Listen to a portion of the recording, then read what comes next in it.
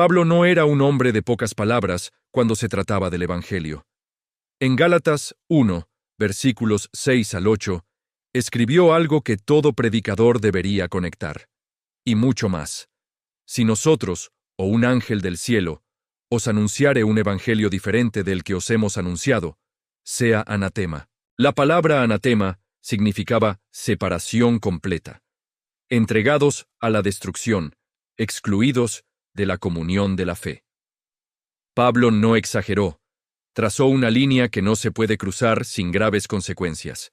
El hecho de que repita la misma advertencia, palabra por palabra, en el versículo 9, deja claro que la repetición fue deliberada.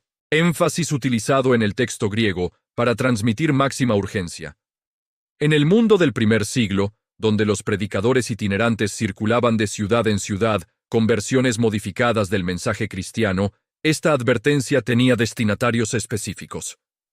Lo que constituye un evangelio falso no es necesariamente una negación brutal de todo lo cristiano. Aquellos que perturbaron las iglesias de Galacia no eran ateos ni enemigos declarados de la fe.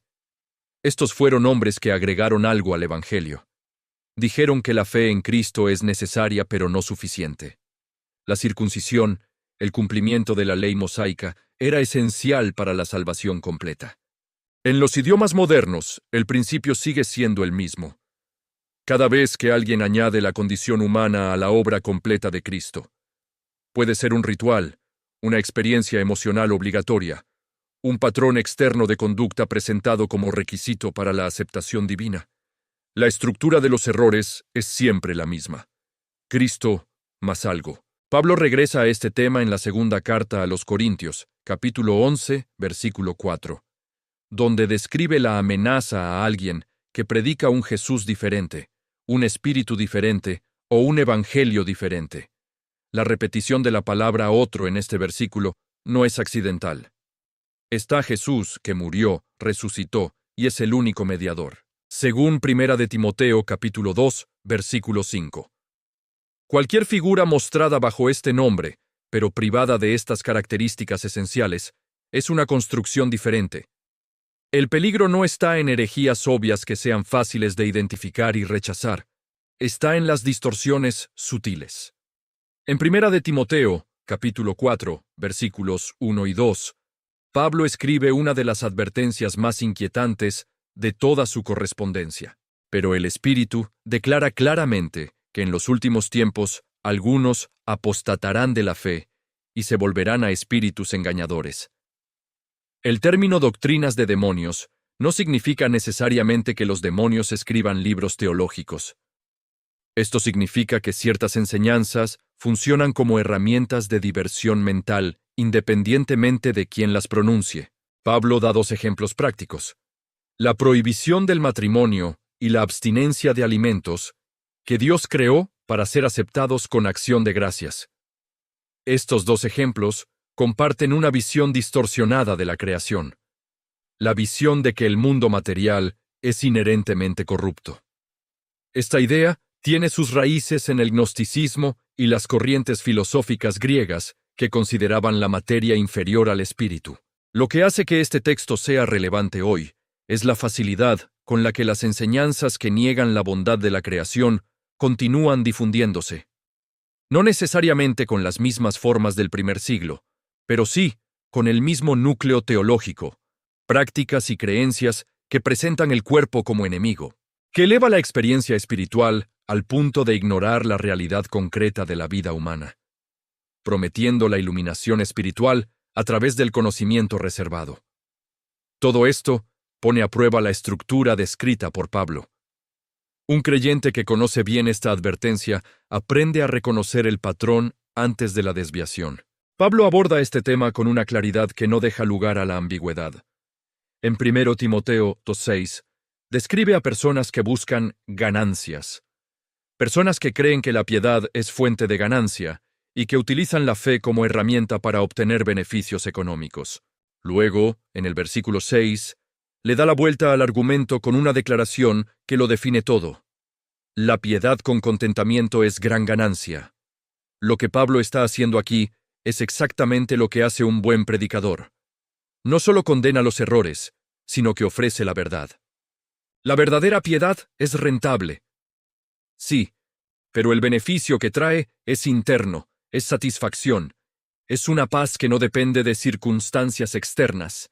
El error no es predicar que Dios bendice, sino hacer de las bendiciones materiales la expresión principal del aprecio y la fe divinos. Cuando esto sucede, la relación con Dios se estructura como una transacción.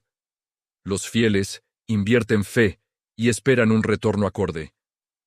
Esta lógica niega lo que Pablo enseña en Filipenses 4, donde describe aprender a estar contento en cualquier situación, de abundancia o de necesidad. El contentamiento paulino no fue una resignación pasiva, fue una victoria espiritual lograda a través del proceso, no a pesar de él. Esta enseñanza está tan extendida hoy porque satisface necesidades humanas reales, la necesidad de esperanza frente a la pobreza y la inestabilidad. Cuando alguien está endeudado o sin trabajo, el mensaje que promete prosperidad como resultado directo de la fe resulta inmediatamente atractivo y comprensible. Pablo no ignora esta realidad. En 2 Corintios 8:9, utiliza la encarnación de Cristo como base de la verdadera generosidad, porque conocéis la gracia de nuestro Señor Jesucristo, que Él, siendo rico, por amor a vosotros, se hizo pobre. Este enriquecimiento del que habla Pablo tiene dimensiones más allá del saldo bancario. Reducirlo a prosperidad financiera es amputar el significado del texto. Cuando Pablo advirtió sobre aceptar a otro Jesús, no era dramático. Identificó la tendencia del hombre a transformar a Cristo según sus propias conveniencias.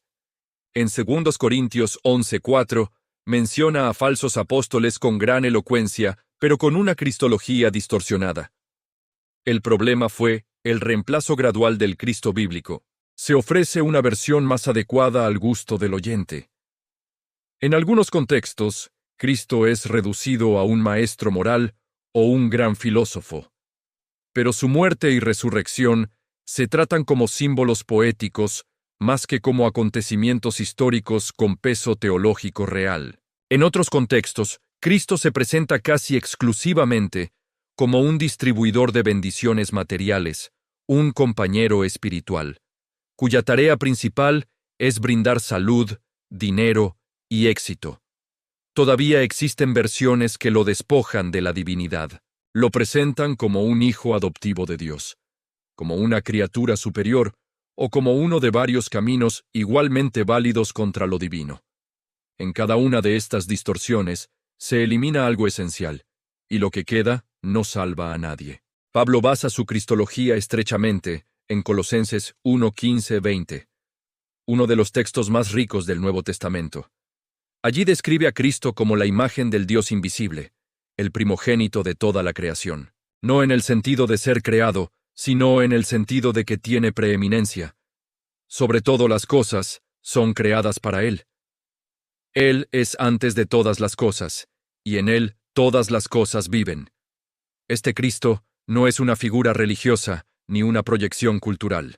Él es el sustentador activo de la realidad en la que toda la plenitud de Dios habita voluntariamente en la carne, según Colosenses 2:9. Cuando este Cristo es reemplazado por una versión menor, no solo se pierde la precisión teológica, sino también el Redentor. Judas, el hermano de Santiago, escribió sobre personas que se infiltraron en las iglesias y convirtieron la gracia de Dios en abundancia. Según Judas 4, Pablo ya había previsto este peligro. En Romanos 6:1, formula la objeción como si la hubiera oído muchas veces. ¿Permaneceremos en el pecado para que la gracia abunde? Y él responde con una expresión que conlleva el poder del horror absoluto. De ninguna manera.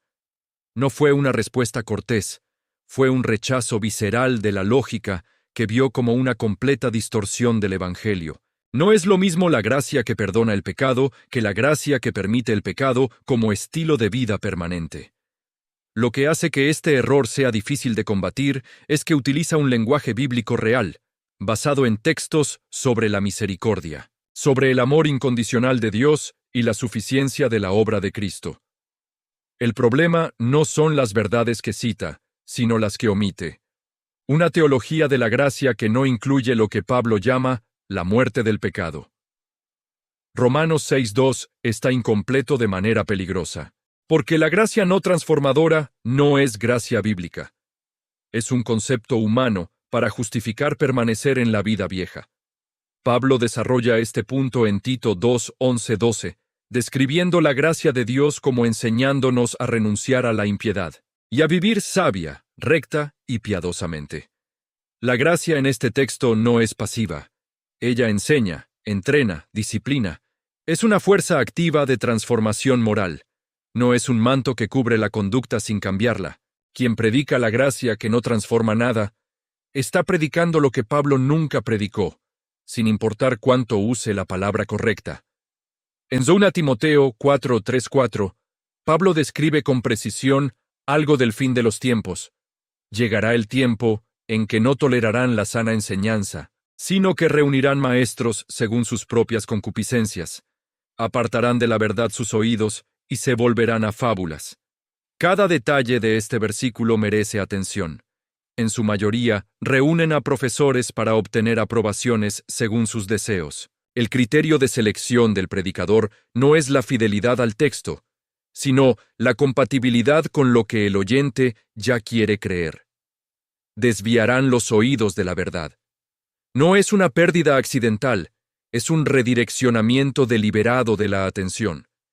Lo que Pablo está describiendo no es simplemente un problema de predicadores deshonestos, es un problema de congregaciones que desarrollan un apetito específico. Buscan mensajes que confirman sus preferencias, que alivian su conciencia sin desafiar su comportamiento, que prometen resultados sin presentar costos. Cuando esta demanda existe en escala suficiente, el mercado religioso responde. Surgen predicadores que aprendieron a calibrar cada mensaje. Calibran de acuerdo con lo que produce más aplauso, más compartición, más crecimiento numérico. No necesariamente por mala fe consciente, muchas veces por un proceso gradual de acomodación. La línea entre sensibilidad pastoral y capitulación doctrinal va siendo borrada lentamente.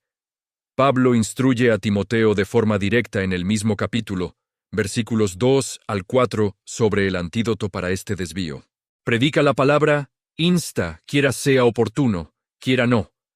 Corrige, reprende, exhorta con toda la longanimidad y doctrina. La expresión, quiera sea oportuno, quiera no, es decisiva. Significa que el mensaje fiel no espera el momento en que será bien recibido. No se adapta al clima emocional de la congregación para evitar incomodidad. El predicador que Pablo tenía en mente era alguien dispuesto a decir lo que necesita ser dicho, incluso cuando no es lo que quieren oír. No con crueldad, sino con la longanimidad que el propio texto menciona. Fidelidad y dureza no son lo mismo. Pero fidelidad y confort permanente tampoco lo son. En 1 Corintios 15, Pablo enfrenta algo que ya sucedía en la propia iglesia. Algunos miembros afirmaban que no había resurrección de los muertos. No eran incrédulos de afuera criticando la fe cristiana. Eran personas dentro de la comunidad usando lenguaje cristiano, pero negando el evento que Pablo consideraba el centro gravitacional de todo. La respuesta de él no fue diplomática, fue quirúrgica. Él enumeró una por una las consecuencias lógicas de esa negación. Si no hay resurrección, Cristo no resucitó. Si Cristo no resucitó, la predicación es vana. Si la predicación es vana, la fe es vana. Si la fe es vana, los que murieron en Cristo perecieron. Y los que viven en esa fe son los más dignos de compasión. El argumento de Pablo no es emocional, es estructural. La resurrección no es un detalle periférico que puede ser removido. Es el fundamento que sostiene todo lo que está por encima de él. Quitar la resurrección no es simplificar el cristianismo, es destruirlo. Lo que queda puede tener apariencia religiosa, puede usar los mismos himnos, pero ha perdido la sustancia que lo diferencia de cualquier filosofía. Pablo sabía esto mejor que nadie, porque había encontrado al Cristo resucitado personalmente en el camino de Damasco. Y a pesar de toda su teología, este encuentro fue un punto de partida insustituible. La negación de la resurrección rara vez se ve hoy en la forma directa en la que Pablo luchó en Corinto. Está envuelto en un lenguaje sofisticado que habla de resurrección espiritual, de Cristo viviendo en los corazones, de una presencia simbólica que trasciende el acontecimiento histórico. También toma la forma de un silencio práctico. Iglesias que predican semana tras semana sin tocar nunca el tema de la muerte, la resurrección y el juicio venidero. Como si estos problemas fueran demasiado embarazosos para el entorno que quieren crear. Por otro lado, Pablo declaró en 1 Corintios capítulo 2, que no decidió saber nada más de los corintios, excepto Jesucristo y este crucificado. La cruz y la resurrección no fueron solo objeto de la predicación apostólica. Eran el eje en torno al cual giraba todo. Pablo siempre ofrecía una manera de permanecer firme. En 2 Timoteo 1:13, le escribe a Timoteo con instrucciones que combinan firmeza y fidelidad. Retén la forma de las palabras que oíste de mí en la fe y el amor que es en Cristo Jesús. La palabra griega traducida tesoro conlleva la idea de guardar algo precioso que ha sido preservado. No es un artículo olvidado en el estante. Es algo que requiere atención constante, cuidado consciente, la conciencia de que puede perderse. La doctrina correcta no está sola en un entorno que la desafía constantemente. El primer elemento es el conocimiento directo de las Escrituras. Toda la Escritura es inspirada por Dios y útil para enseñar, reprender y entrenar en justicia. Quien conoce bien el texto bíblico desarrolla lo que podríamos llamar un sentimiento de alejamiento del error. Se desprende del conocimiento del original que permite identificar la copia dañada. El segundo elemento es una comunidad religiosa saludable. Pablo describe el cuerpo de Cristo como un organismo en el que cada parte contribuye al crecimiento del todo, hasta que todos lleguemos a la unidad de la fe y al pleno conocimiento del Hijo de Dios. Cuando la Iglesia funciona como lo describe Pablo, ofrece relaciones maduras, predicación fiel y discernimiento colectivo. El aislamiento espiritual es favorable para las falsas doctrinas, porque elimina las restricciones de la comunidad. El tercer elemento es la voluntad de soportar la sana doctrina, incluso cuando sea inconveniente. La verdad de la Biblia a menudo requiere algo del oyente, un cambio de perspectiva, una renuncia a la comodidad. Un creyente que recibe un mensaje difícil, sin buscar un predicador más suave, está ejercitando el músculo espiritual. La adhesión a la doctrina correcta no es para quienes solo buscan consuelo, sino para quienes valoran la verdad. Pablo escribió porque las iglesias estaban en llamas y todavía lo están.